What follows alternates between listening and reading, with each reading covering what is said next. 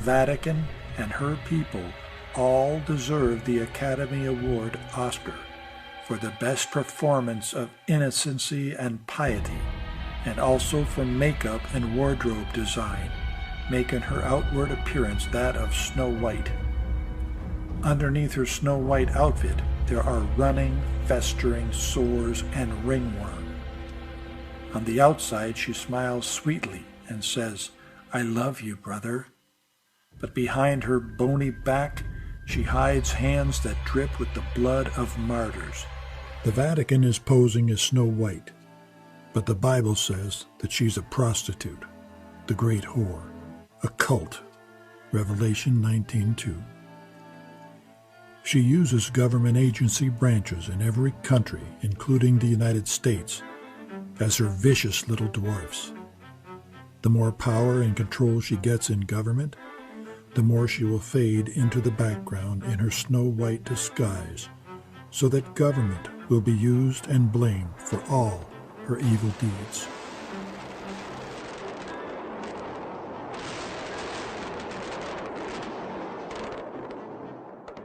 Reason: to enforce laws that harass, malign, destroy, and censor everyone and every idea that is not Roman Catholic, so she can sit as the satanic queen, the big whore. Because of her age-old desire to control the world government and church, the serpent-like Vatican has infested the world and U.S. government with so many of her zealous, highly trained, and dedicated Jesuit devotees that she now controls the United Nations, which she created, the White House, Congress, every state, federal, civic, and social government agency, including the U.S. Department of Labor, the IRS, the FBI, the Supreme Court, judicial systems, the armed forces, state, federal, and other police, also the international banking and Federal Reserve systems, called the Illuminati and Agentur, labor unions, the mafia, and most of the heavyweight news media. This cult, the Vatican, is very close to replacing our U.S. Constitution with her one-world satanic canon laws of death to the heretic, anyone who is not Roman Catholic. General Lafayette, President George Washington's most respected aide and general, prophetically stated, "If the liberties of the American people are ever destroyed, they will fall by the hand of the Roman Catholic cult's clergy." Today we see the climax of detailed plans given in excerpts from a speech given nearly 50 years ago in Australia by Roman Catholic Archbishop Gilroy. The Roman Catholic motto is "Ourselves alone for fellow Roman Catholics." We must defeat all heretics, non-Roman Catholics, at the ballot box. The Holy Father states that negative tactics are fatal. The demands of the Holy Father, the Pope, are that the public services should be 100% Roman Catholic soon.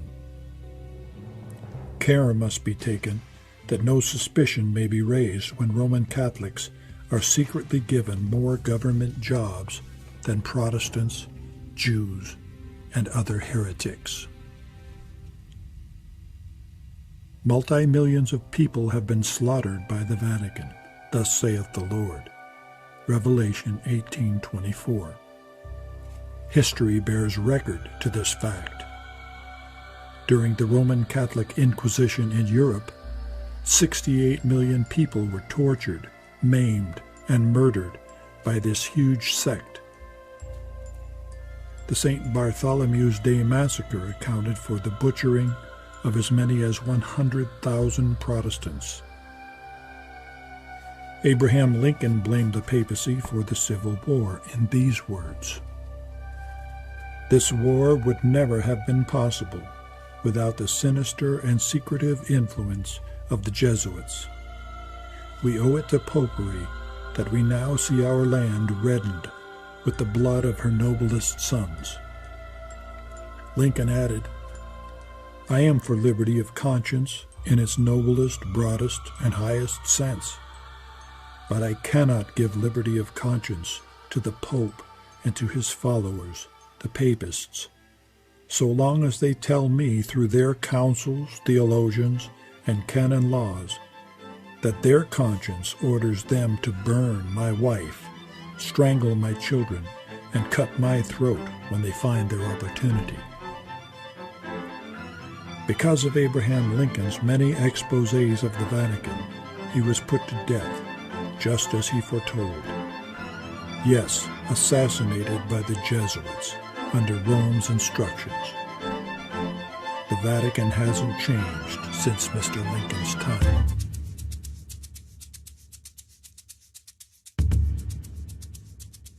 JFK's fatal mistake. When John F. Kennedy was asked by the Vatican, "Are you going to go along with the Roman canon law or the U.S. Constitution?" Mr. Kennedy answered them by saying, "The U.S. Constitution." This was President Kennedy's fatal mistake. His assassination was ordered by Rome, then planned and carried out by Jesuits, just as President Lincoln's was. Anyone who knew too much about Mr. Kennedy's assassination was taken care of too. World War II, with its casualties of over 30 million deaths, 6 million Jews, the Holocaust, was conjured up and sponsored by the Vatican. Hitler, Mussolini, and Franco were all members of this sect, the Roman Catholic cult. To win the world not for Christ, but for the Vatican, the Antichrist. The turmoil in Central and South America, the tyranny under Jesuit-trained Castro in Cuba and throughout the Caribbean, and the terrorism in Lebanon and Ireland today are the Vatican's handiwork. Now can you see why God calls the Roman Catholic cult the mother of every abomination on earth? Revelation 17:5. Jim Jones, a Roman Catholic Jesuit deacon, posing as a Christian, was sacrificed, not with poisoned Kool-Aid, murdered along with his flock by the Vatican to make the world look narrowly and suspiciously upon innocent Christian retreats. These 6 things doth the Lord hate, yea, 7 are an abomination unto him: a proud look, a lying tongue, and hands that shed innocent blood, and heart that deviseth wicked imaginations, feet that be swift in running to mischief, a false witness that speaketh lies, and he that soweth discord among brethren. Proverbs 6:16-19. All these things that God hates, the devilish Vatican is. Did you ever notice that with the Vatican-controlled U.S. customs and immigration, we cannot get out of this country without going through the 3rd degree, searches, radar, etc.? But in the 1960s, when Jesuit Vatican-trained Timothy Leary led our nation's youth into drug addiction, immigration and customs seemed unable then, as they do now, to detect tens of thousands of pounds of narcotics and drugs entering into our once fair nation via the mafia, which launders all of its illicit, ill-gotten gain, all its black market money through the Vatican. Maybe this is why President Abraham Lincoln said, "I see a very dark cloud on America's horizon." And that dark cloud is coming from Rome. At the One World Church Convention in Vancouver, some of our volunteers were shocked by the pro-homosexual booths and literature, pro-witchcraft booths and literature, drunkenness, and total ungodliness which this universal, world's largest cult and sect exalts. These satanic people call anyone that preaches the true word, which is separation from evil, consecration unto good. They call this a cult or a sect, but they worship this one world organization and its cult leader, the Pope, who opposeth and exalteth himself above all that is called God, or that is worshipped, so that he, or a soon-to-come Pope, as God, will soon sit in the temple of God in Jerusalem, showing himself that he is God. 2 Thessalonians 2:4. Even him whose coming is after the working of Satan, with all power and signs and lying wonders, and with all deceivableness of unrighteousness in them that perish. 2 Thessalonians 2:9-10. They kneel and kiss his ring and feet, and call him Holy Father, which is forbidden in the Bible. They obey his every wish by calling us a cult, who walk in the Spirit and obey God's every wish. They have possibly committed the unpardonable sin, blasphemy of the Holy Spirit, which is never forgiven in this world nor in the world to come. Matthew 12:31-32. But Satan does not care because he already has blasphemed the Holy Spirit. There are many beautiful people in the Roman Catholic cult who are not wealthy. Some are even very poor, and who are not seeking for high position. Most are very humble. These common people are completely unaware of the wickedness that has been and is being committed by the Roman cult, which they have been told is a church. Because God knows their sincere hearts, he is the God of our heart. He says unto these ignorant people, "Come out of her, my people." Revelation 18:4.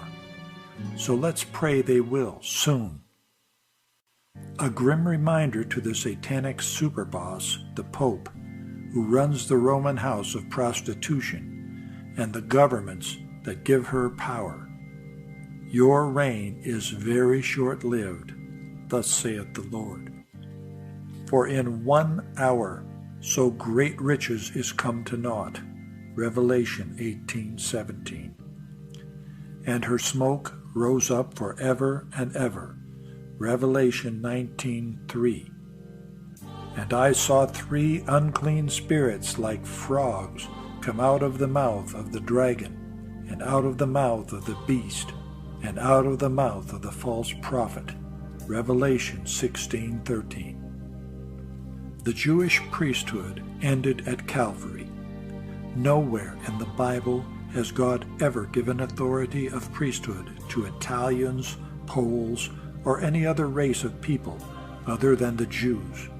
And out of the 12 Jewish tribes, only from the tribe of Levi did God bring forth priests. This shows that the Vatican is unscriptural and living in a world of fantasy and make-believe. When Jesus said, "It is finished," Jesus became the only high priest.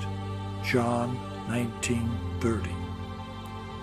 The Vatican wants to move from Rome to Jerusalem.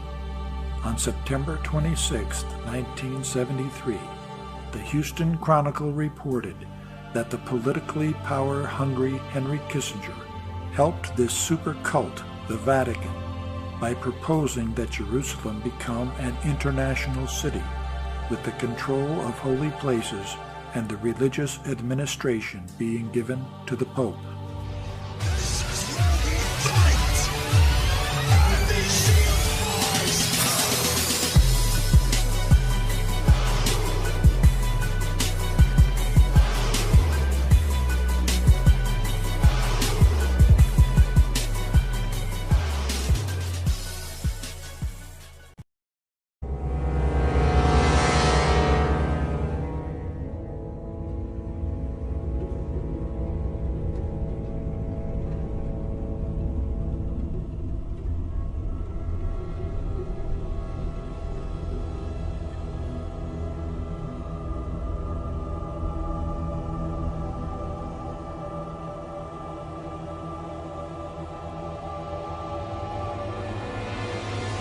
But anyway, let's start all over again. You're listening to the Investigative Journal. I'm your host, Greg Szymanski. 2 hours. 2 hours with great interviews all the time. We get into the news behind the scenes that the mainstream media refuses to cover. What a shame. Let me just update some things before I tell you who my guest is today. I've been promoting it all week, and we're going to get deep inside the family, the order, the Illuminati today for 2 hours. And you got to stay with us from the beginning to the end of this interview. I just wanted to mention we had Dr. Martini on earlier in the week, and a big aspartame vote to ban aspartame in New Mexico is going on today. I called her last night. They held it over till today, so we'll know later this morning whether aspartame is banned in New Mexico, and that could have a chain effect and really save a lot of lives.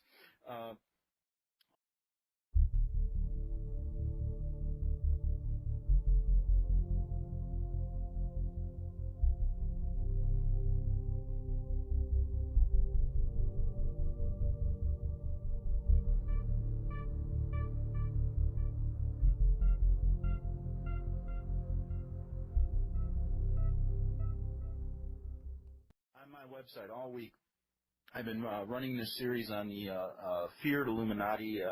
That word is used, and it started to be used back in the 18th century, I believe. And there's other words. There's other words, the family, the order for people that are inside this group. So let's not get hung up on just the words. But what this group does is amazing.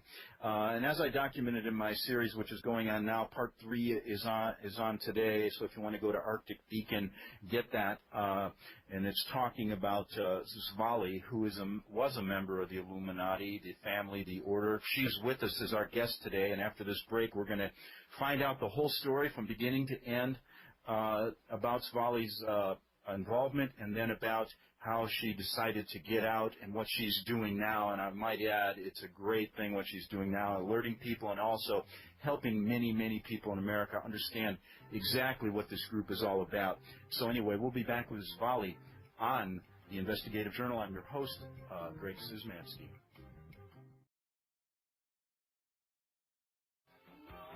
Okay, we're back. It's 8 minutes after the hour, and we're going to get deep inside the Illuminati, the family, the order. We have a guest that was involved with this group, born into it for over 30 years, and her name is Zvali. Zvali, are you with us? Yes, I am.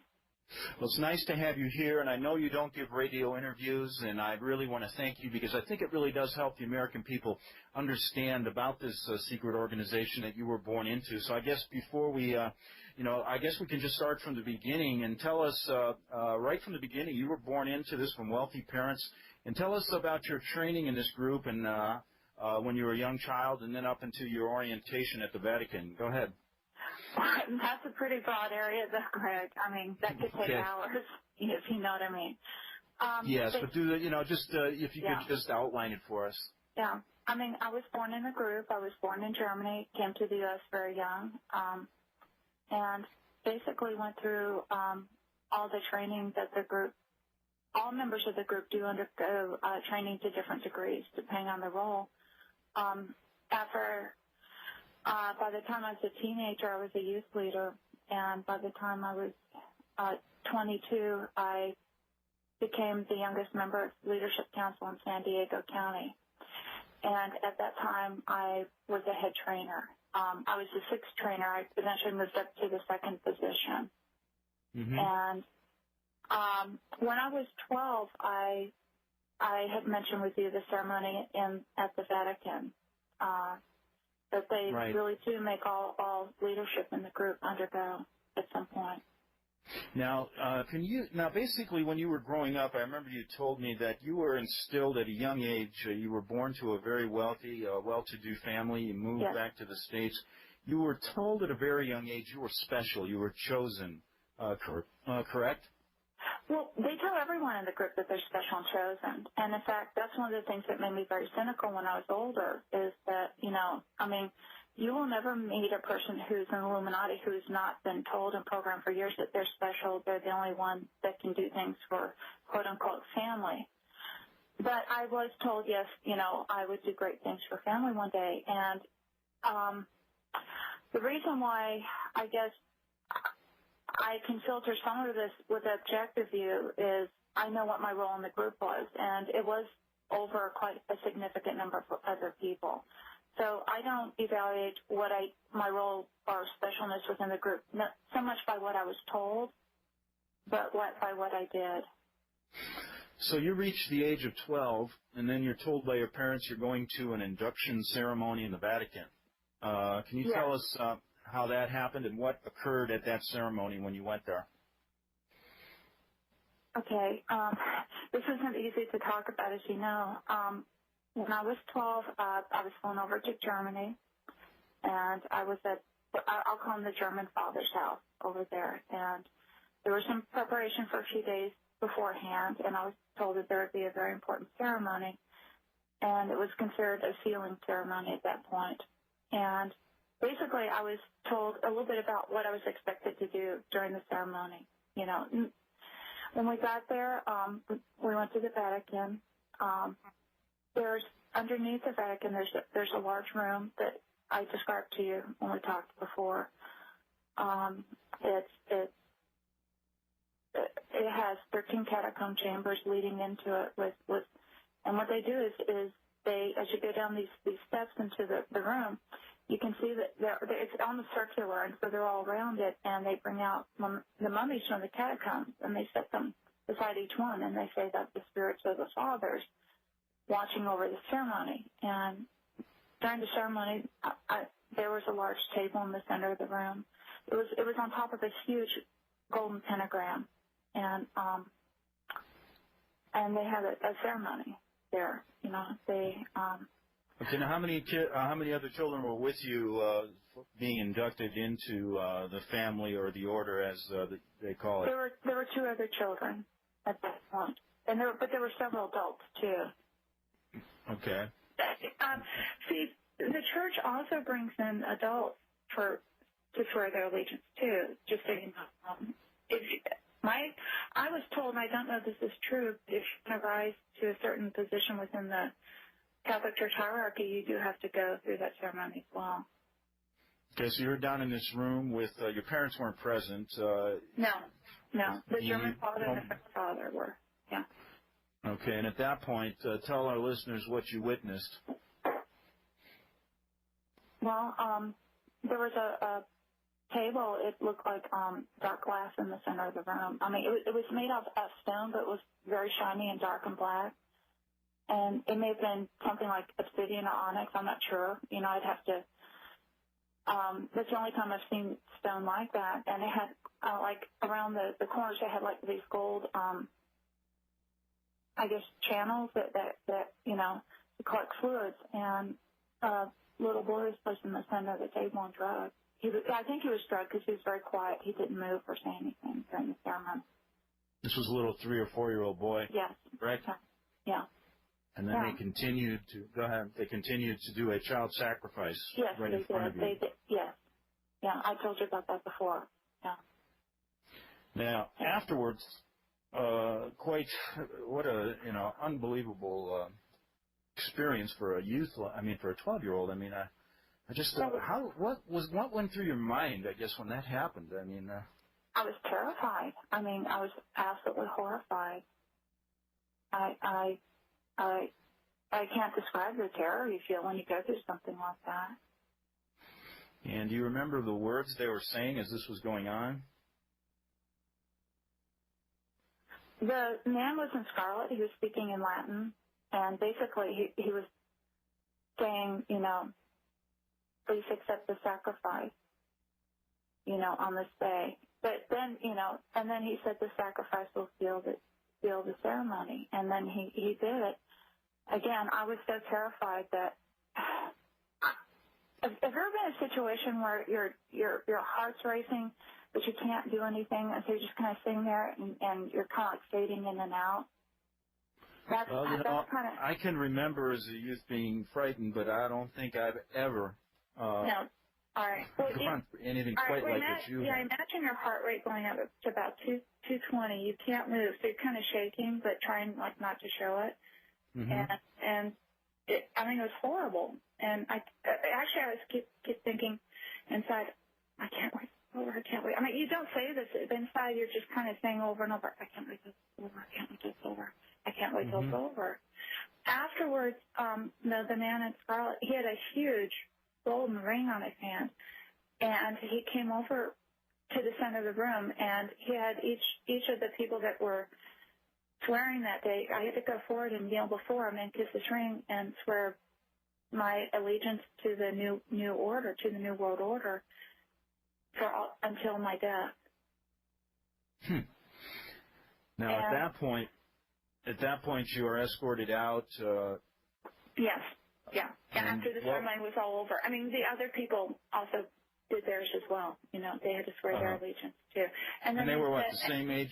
They were the same age as you? The two children were, but there were also 3 adults that went forward and did the same. And afterwards, we were told, may the same to you or worse occur should you ever break this oath. So it's basically, imagine at that age, and you weren't really prepped for this, were you? I mean, you were told there was a ceremony, but nothing, you didn't expect anything like this, from what I gathered talking to you. It was very difficult to go through, just because the sense of horrific oppression down there, too, was the worst. I mean, I've gone through some ceremonies in my life in the Illuminati. You do go through them. But I have to say that in my experience, this was the worst, just because I can't explain the amount of darkness in a room like that, just the pure evil. And unless you've ever been in seen oppression, I mean, it's just horrible. It wasn't just what happened, but just, I mean, the oppression. And I'm a Christian now, and I know the difference now between when there's evil present, oppression, or when God's love is present and joy and peace, which is the exact opposite of what was in that room. Now, you know what I find quite interesting about this? About 25 years ago, I was a reporter and a freelance writer in Rome, and I spent 6 years there. I walked through the Vatican many, many times, hundreds of times, covered the papal addresses, things like that. And during that time I was there during a Vatican scandal, which involved the church bank and other things, members of the Illuminati, the Freemasons. I was approached by a woman on Via Veneto. I'll never forget this. Rome's a small town, and people knew I was covering stories about the secret societies, things like that, because I had to ask people.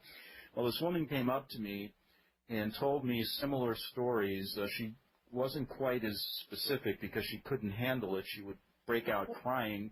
Yeah. And had tried to commit suicide twice because she couldn't get out of the Illuminati. She was a member, she was, again, born into it, a very wealthy northern Italian family. And she told me basically the same ceremony took place with her.